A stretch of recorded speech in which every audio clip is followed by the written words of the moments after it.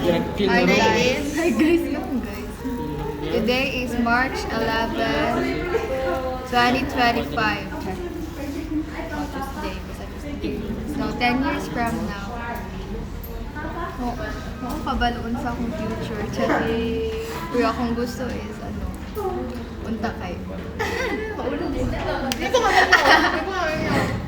10 years from now kayo,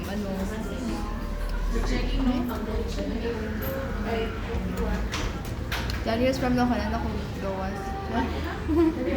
Registered nurse, dahil stable, financially stable, and gusto kong makatabang sa mga bata na sa, like ka nang ginapasag, dahil gina-abuse, char.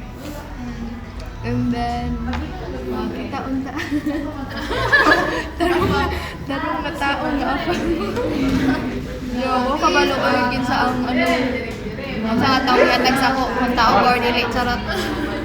So lang, formal na taon. Dayon, formal lang. Then mga 12 ka-anak. Joke. Mga ko, pinakataas 5 or depende sa financial.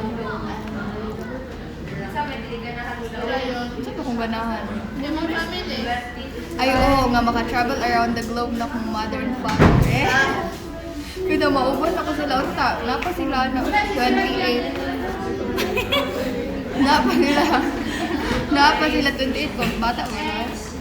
Sa particular mo. Basta. Dapat na ako afam.